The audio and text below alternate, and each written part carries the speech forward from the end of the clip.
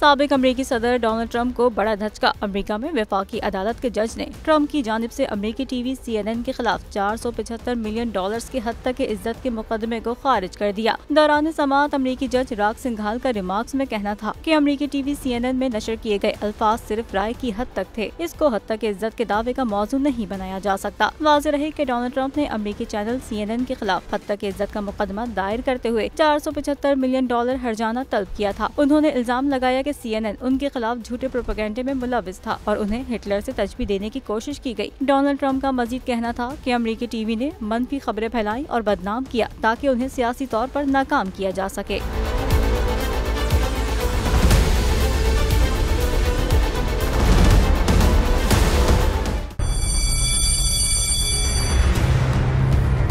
जामियात में चलता गोरख धंधा,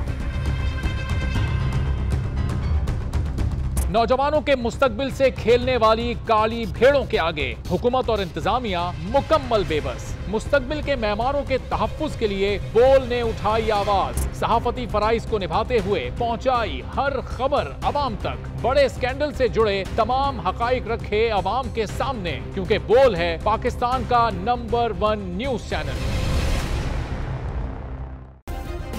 सब्सक्राइब करें और बेल दबाएं ताकि कोई खबर रह न जाए।